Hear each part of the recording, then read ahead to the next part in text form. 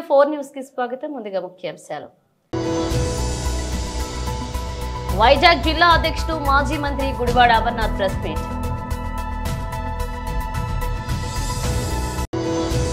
మహిళల భద్రతకు సంబంధించి ప్రశ్నకు సమాధానం చెప్పిన హోంమంత్రి.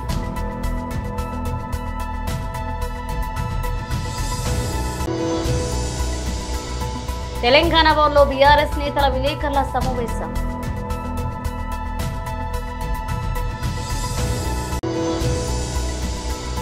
ఛాంపియన్స్ ట్రోఫీ సెమీఫైనల్స్ లో ఎదురేలేని భారత్, టీమిండియాకు అద్భుత రికార్డు.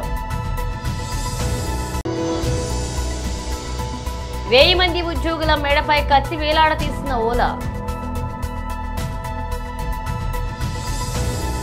వైజాగ్ జిల్లా అధ్యక్షుడు మాజీ మంత్రి గుడివాడ అమర్నాథ్ ప్రెస్ మీట్ నిర్వహించారు. ఈ ఎన్నికలకు కానీ లేదా రాష్ట్రంలో జరుగుతున్నటువంటి ఇతర గ్రాడ్యుయేట్ ఎన్నికలకు సంబంధించి కానీ ఆ ఎన్నికలకి వైఎస్ఆర్ కాంగ్రెస్ పార్టీ దూరంగా ఉంటుంది అనేటువంటి విషయాన్ని చాలా క్లియర్గా చెప్పాం. అయితే నిన్న ఫలితాలు వచ్చిన తర్వాత తెలుగుదేశం పార్టీకి అలాగే కూటమికి సంబంధించినటువంటి నాయకులు అలాగే ప్రభుత్వంలో ఉన్నటువంటి మంత్రులు చేస్తున్నటువంటి ప్రకటనలు చూసిన తర్వాత చాలా హాస్యాస్పదంగా అనిపించింది. వచ్చినటువంటి ఫలితాన్ని గౌరవించాల్సినటువంటి సందర్భాలు వదిలేసి ఎవరు గెలిస్తే గెలిచినటువంటి వారు మా అభ్యర్థి అని చెప్పుకోవడం అనేటువంటిది ఎంతకంటే సిగ్గుచేటు అనేటువంటిది ఇంకోటి ఉండదు. అందులోని ఈరోజు ప్రభుత్వంలో ఉన్నటువంటి సీనియర్ మంత్రిగా ఉన్నటువంటి అచ్చెన్నాయుడు, ఉత్తరాంధ్ర ప్రాంతానికి చెందినటువంటి వ్యక్తి, ఈ ప్రాంతానికి చెందినటువంటి నాయకుడిగా, ఈ ప్రాంతం నుంచి ప్రాతినిధ్యం వహిస్తున్నటువంటి వ్యక్తిగా ఇక్కడ జరిగినటువంటి ఎన్నికల ప్రక్రియలో పూర్తి స్థాయిలో నిన్న ఓటమి పాలైనటువంటి అభ్యర్థికి మద్దతు పలికినటువంటి కూటమి పార్టీ నాయకులు తీరా ఫలితం వచ్చిన తర్వాత నిన్న శ్రీనివాసులు నాయుడు గారు టీచర్స్ ఎమ్మెల్సీగా ఎన్నికైన తర్వాత శ్రీనివాసులు నాయుడు గారి తాలూకు విజయంలో కూటమి పాత్రే ఉంది, కూటమి బలపరిచినటువంటి అభ్యర్థి శ్రీనివాసులు నాయుడు గారు అని చెప్పుకోవడం అనేటువంటిది మరి ఎంతకంటే సిగ్గుచేటు ఇంకోటి ఉంటుందా అని చెప్పని అడుగుతా ఉన్నా. మీరు అధికారంలోకి వచ్చినటువంటి కేవలం ఈ 9 మాసాల్లో నేటికి కరెక్ట్గా మార్చి 4వ తారీఖు 9 మాసాలు పూర్తయింది. 9 మాసాల్లో ప్రభుత్వంలో పనిచేస్తున్నటువంటి అత్యధికమైనటువంటి వ్యక్తులు ఉపాధ్యాయులే. ఎందుకంటే దాదాపు రమరమే 6 లక్షల మంది ప్రభుత్వ ఉద్యోగస్తులు ఉంటే అందులో 1,80,000 1,90,000 మంది ఉపాధ్యాయులే ఉంటారు. అంటే 100కి 30% మంది ఉపాధ్యాయులే ప్రభుత్వంలో పనిచేస్తుంటారు. అటువంటి ఉపాధ్యాయులు ఇచ్చినటువంటి తీర్పు గడిచినటువంటి 9 మాసాలుగా ఈ ప్రభుత్వం తాలూకు పనితీరుకి చెంపపెట్టు అనేటువంటి విషయాన్ని ఈ సందర్భంగా చెప్పక తప్పదు. మరి పోనీ ఉపాధ్యాయులు పనిచేస్తున్నటువంటి డిపార్ట్మెంట్, విద్యాశాఖకు సంబంధించినటువంటి డిపార్ట్మెంట్ హెడ్ చేస్తున్నటువంటి మంత్రి ఎవరు? ఈ రాష్ట్ర ముఖ్యమంత్రి గారి కొడుకు. అంటే వీరి తాలూకా పనితీరు ఏ రకంగా ఉందో గడిచినటువంటి 9 మాసాల్లో సరే మా ప్రభుత్వాన్ని కాదన్నారు, మా పార్టీని కాదన్నారు, మమ్మల్ని ఓడించారు, వీరేదో. మహిళల భద్రతకు సంబంధించి ప్రశ్నకు సమాధానం చెప్పారు హోంమంత్రి అనిత. స్త్రీల సంఖ్య కూడా మనకు కనిపిస్తుంది అధ్యక్ష. ఇటువంటి స్త్రీల సంఖ్య ఎక్కువగా ఉన్న విద్యార్థికులు అయినప్పటికీ కూడా ఎక్కడికైనా బయటకు వెళ్ళి వాళ్ళు ఉద్యోగాలు చేసుకోవాలన్నా, వాళ్ళ పనిలో ముందుకెళ్లాలన్నా, వ్యాపారాలు చేసుకోవాలన్నా కూడా అధ్యక్ష ఎక్కడో ఒక చిన్న ఆటంకం అయితే కనిపిస్తుంది అధ్యక్ష. ఏదో ఒక రకంగా ఎక్కడైనా చిన్న లైంగిక వేధింపులు జరగడం కానీ, వాళ్ళ మీద టార్గెటెడ్గా వాళ్ళని ఇబ్బంది పెట్టడం కానీ, వాళ్ళని హ్యూమిలేట్ చేయడం కానీ, వాళ్ళు ఎదుగుదలని కూడా కొన్ని సందర్భాల్లో సమాజంలో కొంతమంది చూడలేని పరిస్థితులు వాళ్ళని ఇబ్బందులు పెట్టే పరిస్థితులు ఉన్నాయి అధ్యక్ష. దీని నేపథ్యంలో ఇందాకే సభ్యురాలు ఒక మాట చెప్పి రాజకీయాలకు అతీతంగా చూసుకోవాల్సిన బాధ్యత కూడా అందరి మీద ఉంది అధ్యక్ష. కంపల్సరీగా రాజకీయాలకు అతీతంగా చూసుకోవాలని ఒకే ఒక ఉద్దేశంతో ఈరోజు రాష్ట్ర గవర్నమెంట్ కానీ కేంద్ర గవర్నమెంట్ కానీ ఈరోజు దీని మీద ప్రత్యేకమైన దృష్టి కూడా ఏర్పాటు చేయడం జరిగింది అధ్యక్ష. దాంట్లోనే చాలా క్లియర్గా చెప్పాం అధ్యక్ష. మహిళల భద్రత విషయంలో అంటే ఇప్పుడు మహిళలు ఎక్కడికైతే ఈరోజు మహిళ బయటకు వచ్చి చదువుకొని బయటకు వచ్చి ఉద్యోగం చేయటం వరకు ఒక ఎత్తు అయితే ఆ ఉద్యోగాన్ని సమర్థవంతంగా నిర్వహించడం, క్షేమంగా మార్నింగ్ బయటకు వెళ్ళి మళ్ళీ ఈవినింగ్ ఇంటికి రావడం వరకు కూడా క్షేమంగా రావడం అనేది ఒక ఎత్తు అయిపోయింది అధ్యక్ష.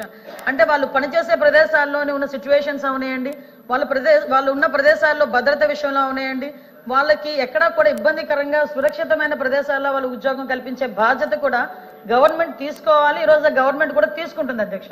2013 ఇందాకే చెప్పాను అధ్యక్ష, పోస్ట్ చట్టం ప్రకారం అధ్యక్ష అంతర్గత కమిటీలు అదేవిధంగా లోకల్ కమిటీలు కూడా ఏర్పాటు చేసుకోవడం జరుగుతుంది అధ్యక్ష.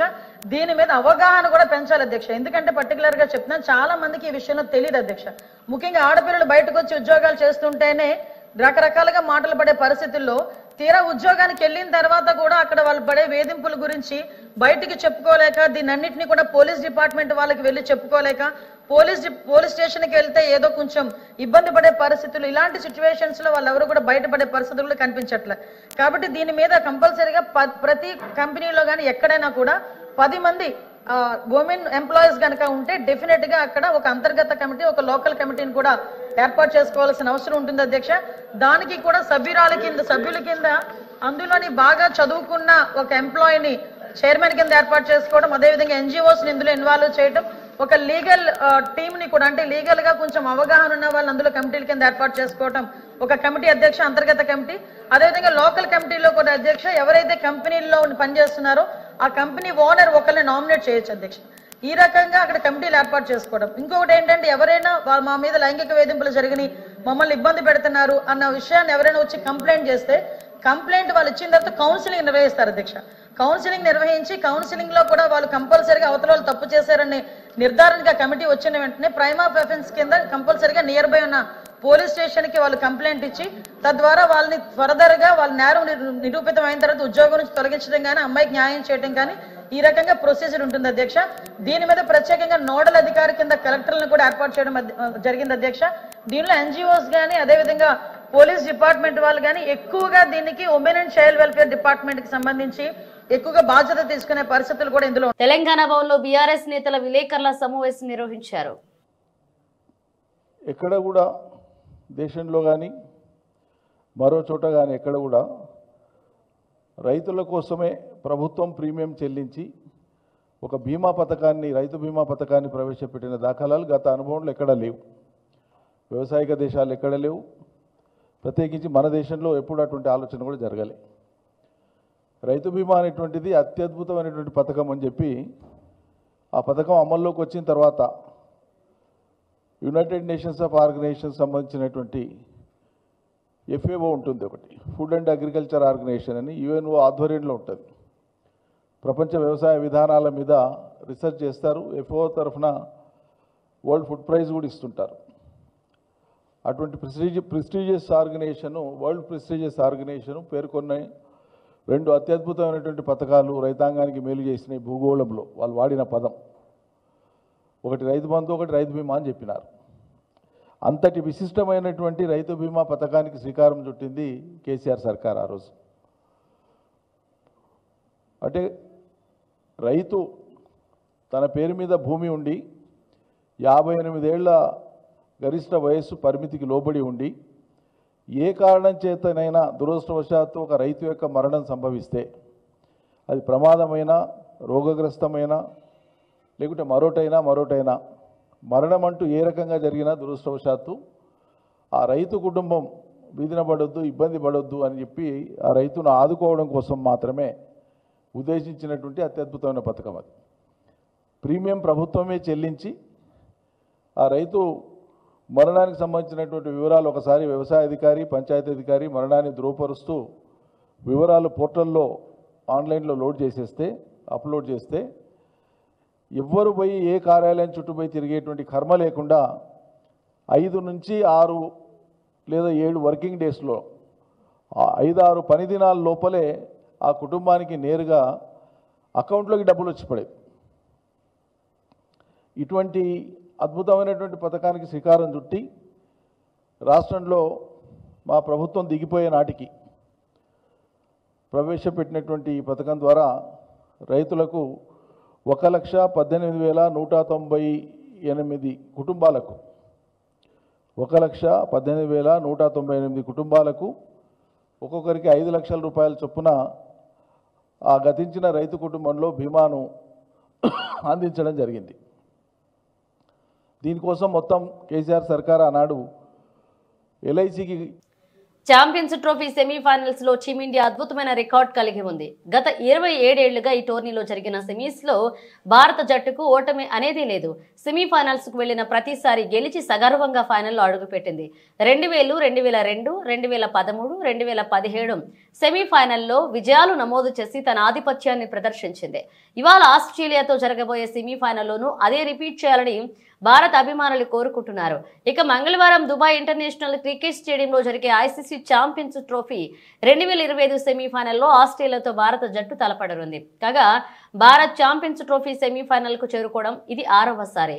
ఇంతకు ముందు 5 సార్లు సెమీస్ ఆడిన టీమిండియా 4 సార్లు విజేతగా నిలిచింది. 1998లో ఒకసారి మాత్రం వెస్టిండీస్ చేతిలో పరాజయం పాలైంది. చివరిసారిగా 2017లో భారత్ ఛాంపియన్స్ ట్రోఫీ సెమీఫైనల్ ఆడింది. బర్మింగ్హామ్ లో బంగ్లాదేశ్ ను 9 వికెట్ల తేడాతో ఓడించింది. ఆ తర్వాత చిరకాల ప్రత్యర్థి పాకిస్తాన్ తో ఫైనల్ ఆడింది. కానీ ఫైనల్లో టీమిండియాకు భంగపాటు ఎదురైంది. దాంతో 3వ టైటిల్ చేజారింది. కాగా మ్యాన్ ఇన్ బ్లూ 2002, 2013 ఎడిషన్ లో విజేతగా నిలిచిన విషయం తెలిసిందే. 1000 మందికి పైగా ఉద్యోగులు ఇంటికి పంపేందుకు ఓలా ఎలక్ట్రిక్ మొబిలిటీ సిద్ధమవుతుంది. వీరిలో రెగ్యులర్ ఉద్యోగులతో పాటు కాంట్రాక్ట్ సిబ్బంది కూడా ఉన్నారు. నష్టాలను తగ్గించుకోవడంలో భాగంగా సంస్థ నిర్ణయం తీసుకున్నట్లుగా సమాచారం. 5 నెలల వ్యవధిలో ఓలా 2వసారి ఇలా నిర్ణయం తీసుకోవడం గమనార్హం. కొనుగోళ్లు, కస్టమర్ రిలేషన్స్ సహా పలు విభాగాల్లో ఈ కోతలు ఉంటాయనే సమాచారం. నవంబర్లో ఓలా 500 మంది ఉద్యోగులను తొలగించింది. డిసెంబర్తో ముగిసిన త్రైమాసికానికి ఓలా నష్టాలు 50% పెరిగిన నేపథ్యంలో తాజా నిర్ణయం తీసుకుంది. కాంట్రాక్ట్ సిబ్బందితో కలుపుకుని ఓలాలో మొత్తం 4000 మంది పనిచేస్తున్నారు.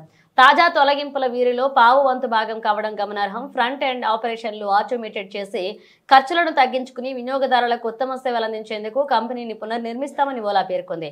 ఆగస్టులో పబ్లిక్ ఇష్యూకు వెళ్లిన తర్వాతి నుంచి ఇప్పటి వరకు ఓలా ఎలక్ట్రిక్ షేర్లు 60% నష్టపోయాయి. ఫిబ్రవరిలో ఓలా 25,000 యూనిట్లు అమ్మింది. ప్రకాశం జిల్లా కనిగిరి నియోజకవర్గం పామూరు పట్టణంలో టీడీపీ కార్యాలయం నందు టీడీపీ మండల అధ్యక్షుడు పువ్వాడి వెంకటేశ్వర్లు, లక్ష్మీ నరసపురం ఎంపీటీసీ బొల్లా నరసింహారాధులు, మాజీ జెడ్పీటీసీ బొల్లా మల్యాద్రి చౌదరి ద్వితీయ వర్ధంతి సందర్భంగా పార్టీ కార్యాలయంలో బీఎంసీ చిత్రపటానికి పూలమాలలు వేసి నివాళులర్పించి గవర్నమెంట్ హాస్పిటల్లో పేషెంట్లకు పోస్ట్ పంపిణీ కార్యక్రమం జరిగింది. ఈ కార్యక్రమంలో పాల్గొన్నారు టీడీపీ నాయకులు, బీజేపీ, జనసేన నాయకులు.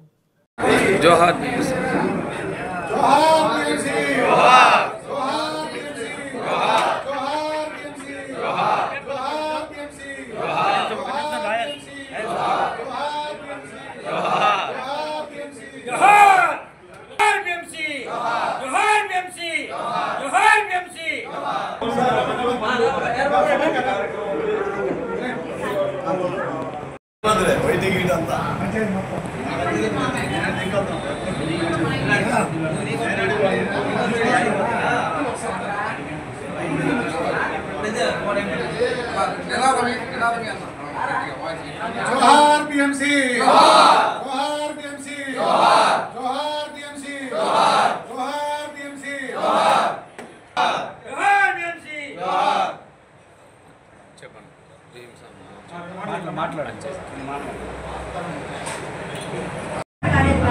ప్రతి కార్యక్రమాల్లో కూడా మా యొక్క కార్యక్రమాల పాల్గొంటుకుంటూ మా కుటుంబ ఫంక్షన్స్లో కూడా ఆయన కార్యక్రమాల్లో పాల్గొన్నటువంటి అవకాశాలు ఉన్నాయి. ఎక్కువగా ఆయనతో మాకు ఉన్నటువంటి సంబంధాలు చాలా ఇదిగా ఉండేవి. కానీ మా మధ్య ఆయన లేకపోవడం, రెండోది అధికారం లక్ష్యంగా రావాలి, తెలుగుదేశం గవర్నమెంట్ కలిగించాలనేటువంటి సంకల్పంతో మన మండల అధ్యక్షులు గారు చెప్పినట్టుగా ఆయన యొక్క కోరిక నెరవేరక ముందే ఆయన చనిపోవడం అనేది చాలా బాధాకరం. ఆయన ఉండుంటే ఇప్పుడు ఈ యొక్క పరిపాలన ఆనందించేటువంటి అవకాశాలు కూడా కలిగాయి. కానీ అది మనకు చాలా దోషకరం.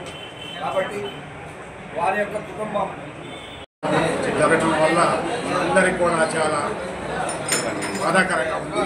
కానీ ఈరోజు ఆయన అందరికీ చేయాలంటే కూడా ఆయన కానీ, ఆయన కొడుకు కానీ, ఆయన కుటుంబ సభ్యులందరూ కూడా సుఖ సంతోషాలతో ఉండాలని కోరుకుంటూ ఈ అవకాశం ఇచ్చిన మీ అందరికీ కూడా జోహార్ బీఎంసీ, జోహార్ బీఎంసీ, జోహార్ బీఎంసీ.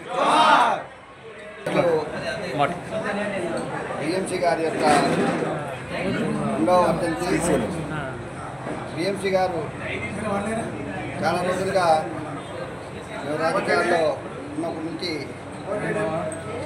చాలా మాకు బాగా అనుకూలమైనటువంటి వ్యక్తి. పార్టీలకు కూడా అతీతంగా అందరితో సఖ్యతగా ఉండి అందరినీ కూడా సమభావంతో ఉన్నటువంటి వ్యక్తుల్లో రాజకీయాలకి అతీతంగా కూడా ఒక మంచి వ్యక్తి బిఎంసి గారు. బిఎంసి గారికి మాకు ఉన్నటువంటి సంబంధం కూడా చాలా దగ్గర సంబంధం. 2023లో చచ్చిపోయింది.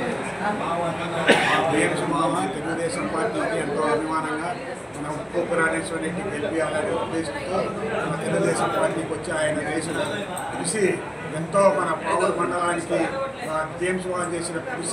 డిమాండ్ చేస్తున్న అంబేద్కర్ ఇండియా మిషన్ నాయకులు, సైనికులు, దళితులు ధైర్యం పివి సునీల్ కుమార్ ను సస్పెండ్ చేయడంపై నిరసనల వెలువ. డీజీపీ రేసు నుంచి సునీల్ కుమార్ ను తప్పించేందుకే కుట్రలని మండిపాటు. రాజమండ్రిలో ఐఎం జిల్లా అధ్యక్షుడు దొడ్డ నాగరాజ్ ఆధ్వర్యంలో శాంతియుత నిరసన. అంబేద్కర్ విగ్రహానికి పూలమాలలు వేసి నివాళులర్పించారు. I stand with PV Sunil Kumar అంటూ నినాదించారు నాయకులు. భాస్కర్, కుయశేఖర్, కోరుకొండ నాగేంద్ర, నరేష్ నాగేంద్ర మరియు సైనికులు దళిత ఐపీఎస్ అధికారిపై కక్ష సాధింపు చర్యలను విరమించుకోవాలని ఎన్డీఏ ప్రభుత్వానికి డిమాండ్. పివి సునీల్ కుమార్ కి జరుగుతున్న అన్యాయాన్ని రాష్ట్ర ప్రజలు గమనిస్తున్నారన్నారు. ఏఐఎం ఎన్డీఏ కూటమి ప్రభుత్వం తీరు మార్చుకోకపోతే మూల్యం చెల్లించుకోక తప్పదని హెచ్చరించారు. ఇప్పుడు జరుగుతున్న అన్యాయాలు చూస్తుంటే ఎలా ఉందంటే కేవలం దళితులనే టార్గెట్ చేసినటువంటి గవర్నమెంట్. మా దళిత ఓట్లు లేకపోతే మీకు అన్ని సీట్లు కూడా రావని చెప్పి సభాముఖంగా కోరుకుంటున్నాము. కాబట్టి ఒక విషయం గుర్తించండి, ఇప్పుడు ఆయన కేవలం దళిత ఐపీఎస్ కాబట్టి మీరు ఎటువంటి నోటీసులు ఇవ్వకుండా అన్యాయంగా అక్రమంగా సస్పెండ్ చేశారు. అదే పొజిషన్లో అగ్రవర్ణాలు ఉంటే మీరు ఇంత సాహసం చేయగలరా అని ఒకసారి అందరి ముందు మన చంద్రబాబు నాయుడు గారిని, పవన్ కళ్యాణ్ గారిని, ముఖ్యంగా బీజేపీ వాళ్ళని ఇది యూపీఎస్సీ పరిధిలో ఉన్న సబ్జెక్ట్ని స్టేట్ పరిధిలోకి ఎలా తీసుకుంటారని చెప్పి క్వశ్చన్ చేస్తున్నాం. కాబట్టి దీని గురించి మీరు ఒక తీవ్రంగా ఆలోచించి మాకు న్యాయం చేయవలసిందిగా అందరి కోసం మా దళిత జాతి పక్షాన మేము కోరుతున్నాం. దయచేసి చంద్రబాబు నాయుడు గారు, పవన్ కళ్యాణ్ గారు, బీజేపీ పెద్దలు ఒక్కసారి ఆలోచించండి. వెంటనే సస్పెన్షన్ ఎత్తివేయాలి, లేకపోతే తీవ్ర పరిణామాలు మీరు ఎదుర్కొంటారు అని చెప్పి మిమ్మల్ని హెచ్చరిస్తున్నాం. కాబట్టి దీన్ని పరిగణలో తీసుకొని వెంటనే సస్పెండ్ చేసి డీజీపీలో ఉన్న సునీల్ కుమార్ గారిని పోస్టింగ్ ఇవ్వాలని చెప్పి మనస్ఫూర్తిగా కోరుతున్నాం. జై భీమ్, జై భీమ్, జై భీమ్, జై భీమ్. నా పేరు నాగరాజ్ అండి, ఈస్ట్ గోదావరి ప్రెసిడెంట్ ని, అంబేద్కర్ ఇండియన్ మిషన్ తరఫున. జై భీమ్.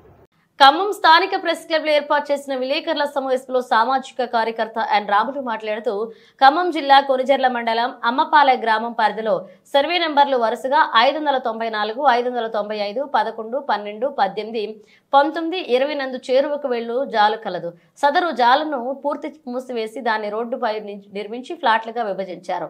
నాలాను పూర్తిగా ఆక్రమించినందుకు వలన గ్రామ రైతులు తీవ్ర ఇబ్బందులకు గురవుతున్నారు. దీనివల్ల రైతుల పంటలు పూర్తిగా దెబ్బతింటున్నాయి. ఇండో ఖాతర్ ప్రాజెక్టు వారి సర్వే నంబర్ 7 నందు 3 ఎకరాల 35 గుంటలో ఇనాం భూమిని ప్రాజెక్టు వారు ఫ్లాట్లుగా విభజించి అక్రమంగా విక్రయిస్తున్నారు. ఇండో ఖాతర్ ప్రాజెక్టు వారు అమ్మపాలె గ్రామంలో సర్వే నంబర్లు వరుసగా 80లో భాగంగా 80, 81, 83, 84, 90, 91, 92, 93, 106, 107, 110, 111, 112లలో 41 ఎకరాల 30 గుంటలకు చెందిన వ్యవసాయేతర బండ్లదారుల పూర్వకాలం నుండి సహజ సిద్ధంగా ఏర్పడిన వర్షపు జలధారలు కలిగి ఉన్నాయి. స్తంభాద్రి పట్టణాభివృద్ధి సంస్థ నుండి అనుమతులు పొందాలి అంటే ముందుగా జలవనరుల శాఖ, నీటిపారుదల శాఖ నుండి ఎన్ఓసి తీసుకోవాల్సి ఉంటుంది. నా పేరు ఎన్ రాము, ఆర్టీఐ యాక్టివిస్ట్ని. ఈ ఖమ్మం జిల్లా కొణిజర్ల మండలం అమ్మపాలెం విలేజ్లో ఇండో ఖతార్ క్షేత్ర 2 ధర్మస్థలి అనే రియల్ ఎస్టేట్ వెంచర్లో జరిగిన అక్రమాల మీద నేను స్టేట్ గవర్నమెంట్కి చీఫ్ మినిస్టర్ ఆఫీస్ కంప్లైంట్ చేశాను.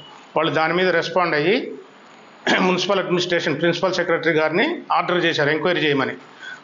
అలాగే మున్సిపల్ అడ్మినిస్ట్రేషన్ ప్రిన్సిపల్ సెక్రటరీ గారు కూడా కంప్లైంట్ చేశారు. ఆ కంప్లైంట్కి రెస్పాండ్ అయ్యి జిల్లా మన వీసీ సుడా అంటే vice chairman Stambhadri development authority వాళ్ళకి డిటీసీపీ వాళ్ళకి ఆర్డర్ చేశారు. ఏమనంటే ఈ ఫైల్ని ప్రాసెసింగ్ ఆఫ్ చేయండి, మొత్తం క్లియర్గా ఎంక్వైరీ అయిన తర్వాత మేము దీని మీద నిర్ణయం తీసుకుంటామని చెప్పారు. అక్రమాలు అంటే దాంట్లో ఇనామ్ ల్యాండ్ ఉంది, ప్లస్ నేచురల్ వాటర్ సోర్స్ ఉంది. ఆ నక్షాన్ని తప్పుడు నక్ష చూపించి వాళ్ళు ఎన్ఓసీలు తీసుకొని దాని మీద పర్మిషన్ తీసుకుందామని ప్రయత్నం చేస్తున్నారు. అది మా నోటీస్కి వస్తే ఆర్టీఐ కింద తీసుకుంటే మేము దాని మీద కంప్లైంట్ చేశాం.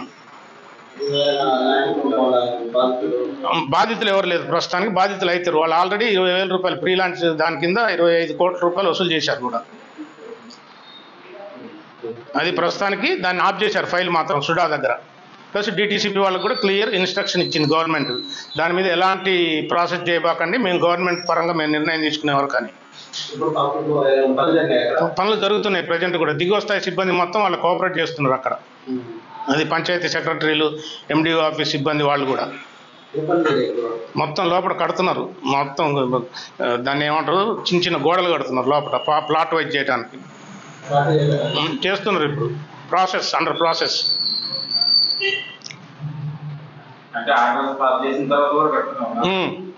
వాళ్ళు సహకరిస్తున్నారు కిందోళ్ళు, కింది స్థాయి సిబ్బంది, పంచాయతీ సెక్రటరీలు, ఎండిఓ ఆఫీస్ సిబ్బంది, రెవెన్యూ శాఖలో కింద సిబ్బంది వాళ్ళంతా. ఏం లేదు, దాని మీద ఎంక్వైరీ అయ్యే వరకు ఎలాంటి లావాదేవీలు జరగకూడదు అక్కడ. దాని మీద పూర్తి పర్యవేక్షణ డిటీసీపీ వాళ్ళది, సుడా వాళ్ళదే ఉండాలి. ఆ యజమాని ప్రజలకేం లేదు, కొనుక్కోవద్దు, రియల్ ఎస్టేట్ ఏజెంట్లు మోసపోవద్దు, దిగువ మధ్యతరగతి కుటుంబీకులు మోసపోవద్దు. కాబట్టి ఇండో ఖతార్ ధర్మస్థలి క్షేత్ర 2లో ఎవరు కొనుగోలు చేయటం కానీ లావాదేవీలు చేయటం కానీ చేయొద్దు. ఓకే. బులెటిన్ ముగించే ముందు హెడ్లైన్స్ మరోసారి. వైజాగ్ జిల్లా అధ్యక్షుడు మాజీ మంత్రి గుడివాడ అమర్నాథ్ ప్రెస్ మీట్.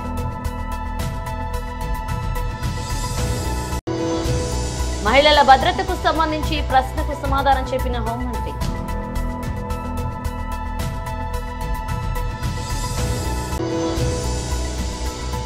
తెలంగాణ భవన్లో బీఆర్ఎస్ నేతల విలేకరుల సమావేశం.